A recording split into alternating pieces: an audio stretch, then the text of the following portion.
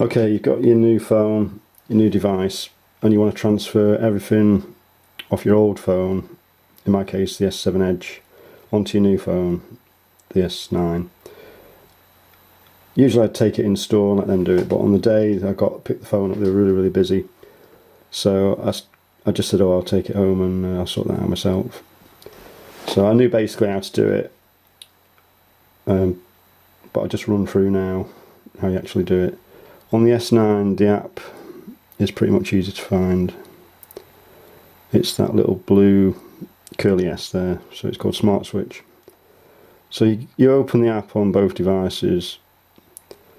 On the S7 Edge, it's a little bit buried. It's in the Advanced Features tab of your settings, and then I searched all over for it, I couldn't really find it. It's there, look. Looking for something else. It says Smart Switch. So now you've got both devices open. It'll say how do you want to transfer your data across. I've already pressed wireless on that one. So you've got cable, wireless, or by memory card. So let's click on wireless. And so your old phone is going to be your send phone, and your new one is going to be the receive. And it'll ask you what you're on. It is compatible with iPhone. It has limited compatibility, and BlackBerry and stuff. So it basically tells you what to do there. And on your old phone, you need to press connect. It sends a little high-pitched tone across, just to say it's connecting. So both devices are connecting now.